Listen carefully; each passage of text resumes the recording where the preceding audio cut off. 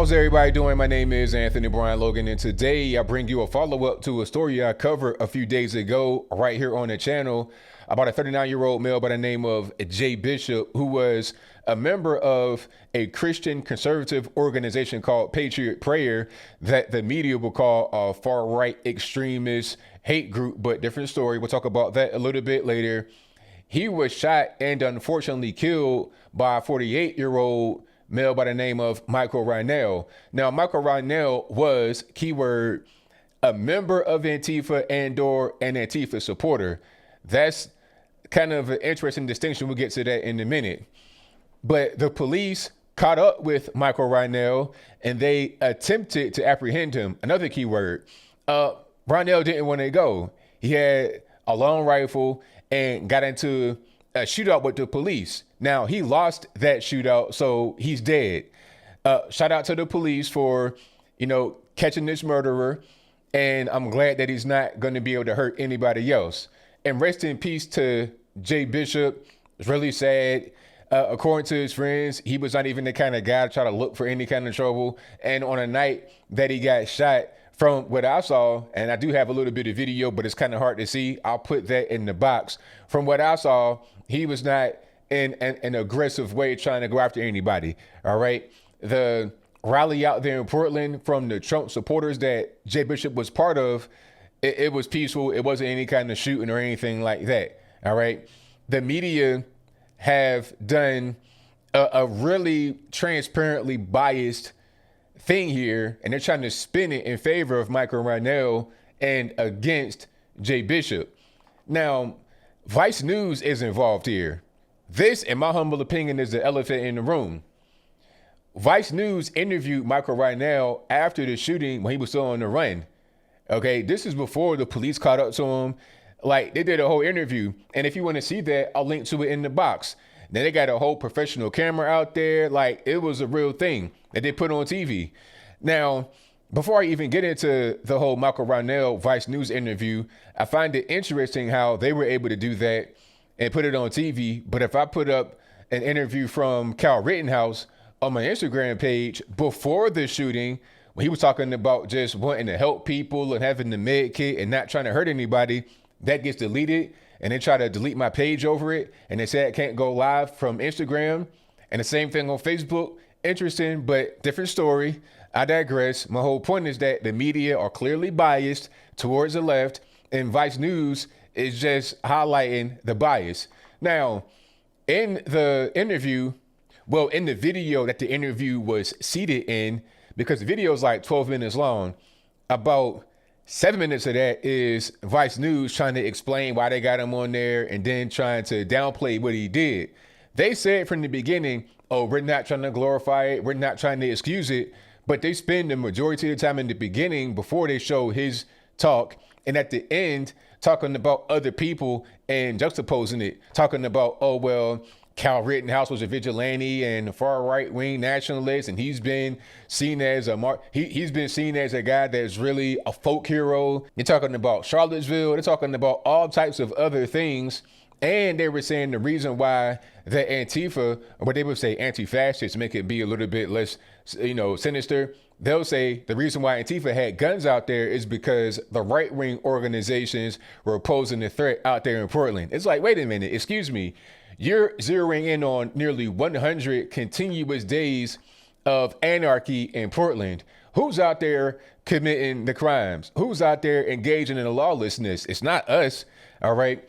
The Trump supporters that went to Portland over the weekend or whenever that was they went, that's probably the first time they've been there, or one of the very few times. It's not them out there committing the crime. And when they were out there, they were not committing the crime. It was the far left, as it always has been throughout the entirety of the 100 days. But I digress. Michael Reinoehl was talking about, oh, well, I did what I did because if I didn't act, then he was going to hurt my friend of color. Friend of color? Who says something like that? And then the thing is, say, okay, he had a knife. He was going to stab me. Did you have any evidence of that? Like, where's the evidence of that? And why would he stab you for what? Okay, like there was no other violence except for what Antifa did. And also in the video, he says, hey, you know what? I'm not a member of Antifa, but I am 100% anti-fascist. It's like, okay, so you are Antifa, but at the same time, you're not Antifa. Got it. Makes perfect sense to me. And Vice pretty much just let that rock. They weren't even really trying to say that he was an Antifa member or whatever. I think it's pretty clear if you're out there, you got guns, you shooting people just because.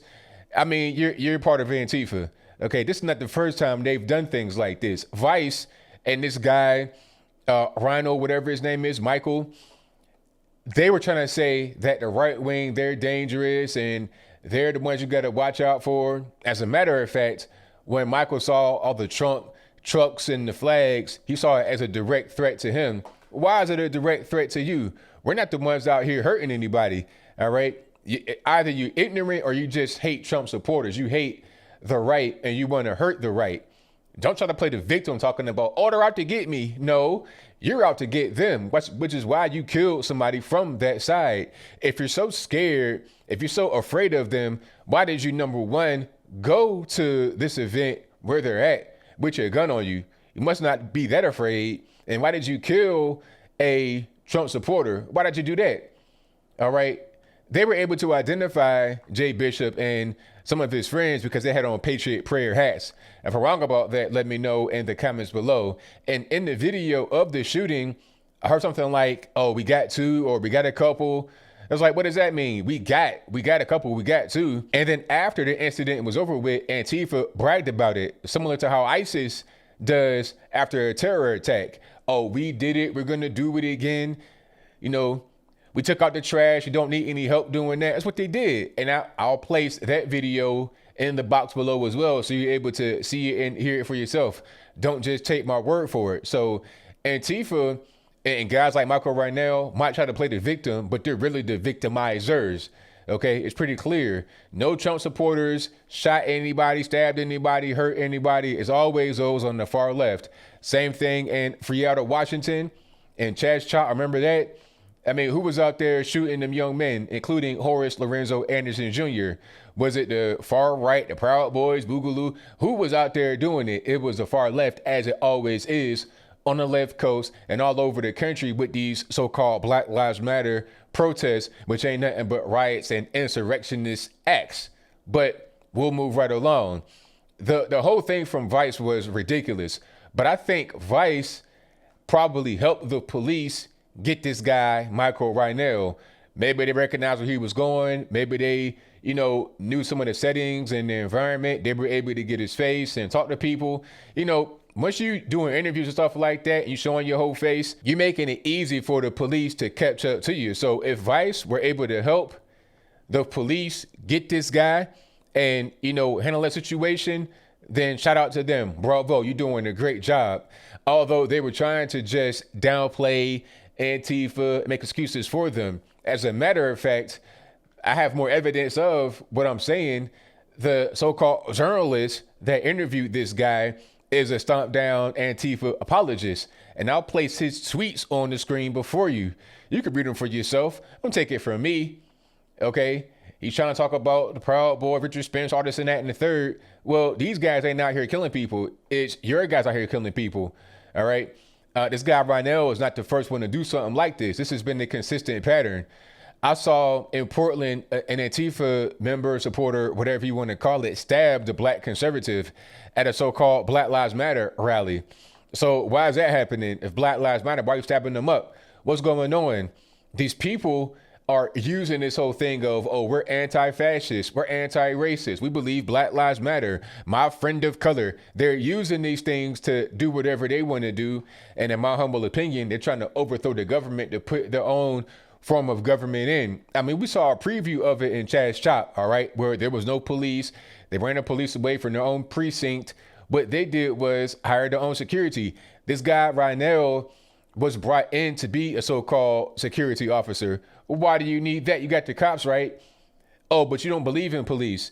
ACAB, right? Oh, but you want to be the police. So what you really mean when you say ACAB and all this and that and cops are pigs, what you really mean is that you don't want the United States government having any kind of jurisdiction, local government, federal, you don't want that. You want your own kind of little autonomous zone.